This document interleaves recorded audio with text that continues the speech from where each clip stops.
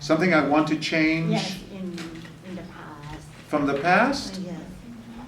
You know, not really. I think all of that made me who I am today. I wouldn't be as sensitive to these kind of issues if I hadn't been the subject or the object of discrimination myself. The reason I'm able to tell these stories in a better way, and I think the reason more people believe me when they see me on television, is because it's genuine. And it's genuine because I've lived it. You know, I know what it's like not to have enough food, you know, in your house. I know what it's like to be followed around at the store because you might steal something. If I'm dressed like this, of course, no one's gonna mess with me. But you know, I can empathize and I can connect. All those difficulties, all those hurdles, the things I had to jump over growing up, made me who I am today. And I think those calluses, that we get the calluses from working hard, those make you stronger. It really does. So I don't know that I would change anything. It would have been easier, of course. My father was a lawyer or a doctor, and I would have had a nice car and not my $75 Pontiac. But I think struggle is good. You know, adversity is good because it makes you a stronger person. And I worry about my own kids who have a good life. Fortunately, they have a good heart. I mean, I taught them. I took them to Guatemala to work at an orphanage in a very poor community when they were little, so that so that their eyes open and they realize that not everyone is as lucky as we are, either in this country or in our house. There are places in the world where you have to understand and you have to have compassion. And the reason I think I have compassion is the way I grew up, and also my mother. I keep talking about her. Everything I did as a young man was to please her and to make her proud. I even volunteered for the military. I was going to go into the Army because back in my community it was a big deal to have a uniform, and every mother in their living room had a picture of their son, you know, in the Army or the Marines. It was a big point of honor, but I got into college and I was able to do that. She was the most compassionate lady I ever met. You know, I grew up around this country. She was very Catholic, of course, Mexican. And our door was always open in our house. We had a little old house, a little, you know, bungalow house. But our door was always open to abused women, to runaway children, to dogs and cats who were strayed, and wounded squirrels. My mother had a huge heart. And every time we would wonder why there were so many people who needed stuff in our house, she would say, "Mijo, what would you, ¿qué harías tú?" And in Spanish, "¿Qué harías tú?" means, what would you do, right? So basically, she was the idea for the show that I now have. So many years ago, she came up with that slogan. So I think I wouldn't change anything. I wouldn't change the thing. Anyone else? Come on, Annie, don't be shy. Yes? How long did it take you to learn English? It took me to get rid of the accent, about 10 years. From the first grade to the 10th grade, till I was in drama classes and I started, you know, practicing. I love accents, like I said. I think the accents are beautiful. It's just that I knew that in broadcasting, I would probably not be here today if I said choose and chert, you know. So I am glad I have Spanish, because I speak Spanish. I have both. And you're a better person when you have your native language and you've also learned English.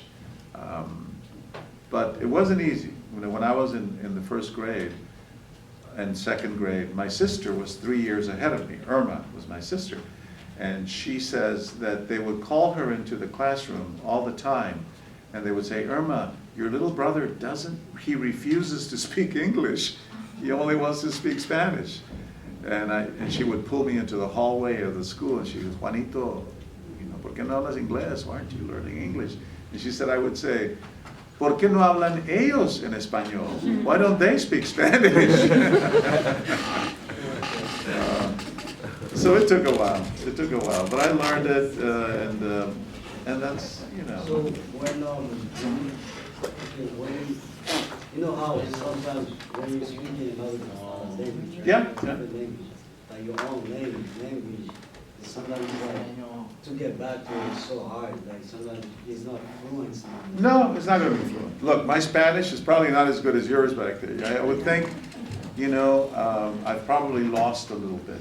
You know, I can't write as well in Spanish as I did when I was in junior high school, because everything I do is in English now, you know, so, but I can certainly understand it extremely well, and I can go to Mexico or Nicaragua and El Salvador, and I can do interviews in Spanish. It's not going to be perfect. No, one of them might suffer a little bit.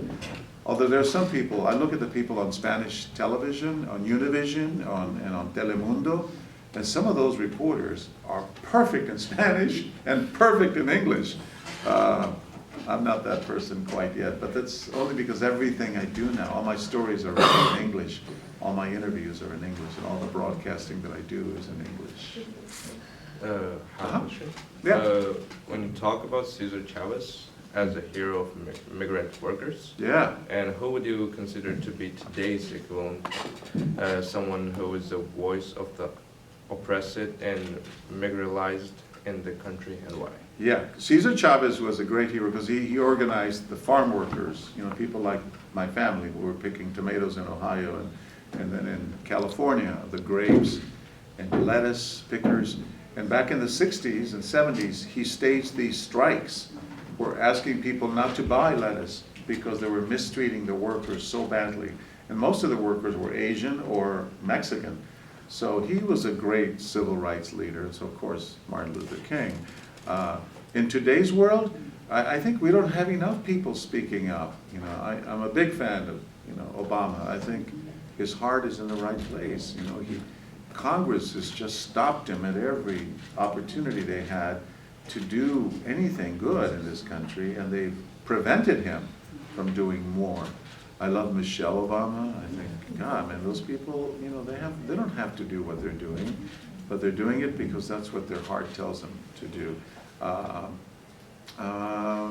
But beyond that, you know, there's not a lot of people leading the charge, protests in your world in this generation. I wish you were more involved in all that. When I was a kid, we would be doing protests all the time. Maybe there was more to protest. I don't know. I think Black Lives Matter, you know, that's the big issue, and I'm glad to see on the streets. I don't want to see violence. Of course, that's not good.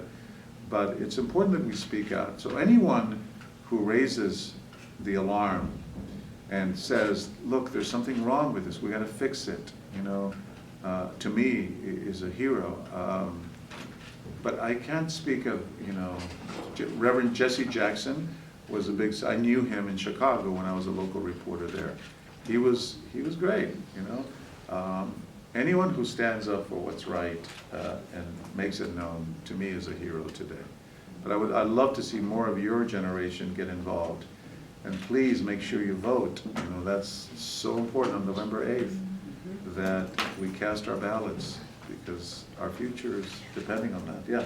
I sort of like sounds a weird question, but you said to get involved, how do we like really get involved? Because sometimes I actually take the same thing too. I'm like, why people think of like different, you know, culture, like in a bad way? Why do you doing that? You know? Sometimes I want to like speak, you know, like just tell them the truth. But the thing is, I don't know how. How to start. Well, you need help. You need to get involved with other people. Sometimes it's hard to do it by yourself, right? So get involved in organizations on this campus. I'm sure that there are Black organizations and Latino organizations and women's and gay organizations. Join them and go to one of their meetings and let your opinion be known. There will be people who believe like you, by the way, right? Because if there are certain issues affecting the African American students or the foreign exchange students or the Latino students or gay students, then you can put your heads together, and there's more strength in there being 12 of you or 30 of you than there is in your lonely voice. So yes, it is hard for you to get heard, but if you have an organization that represents a group of you, then you can meet with the school administration and set up a meeting and say, look, We want to talk to you about changes that need to be made here. We want to make sure that we have, I don't know, school functions that reflect your concerns, your interests, maybe a voter registration drive on campus to make things to change, and you will become a leader. I know, I just hearing you right now, you can become a voice in that organization and take it beyond that. But just get involved. Don't be a lonely voice in the darkness. Gather people around you who think like you, and get a movement going. Please forgive me, but I need to take Mr. Quiñones away from you. Oh, And come on. thank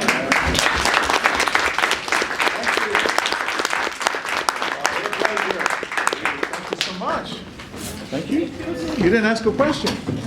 I have a question, but you're already talking about it. I know. Oh, good. People think I'm Asian too. I think we're all the same people, and I grew up in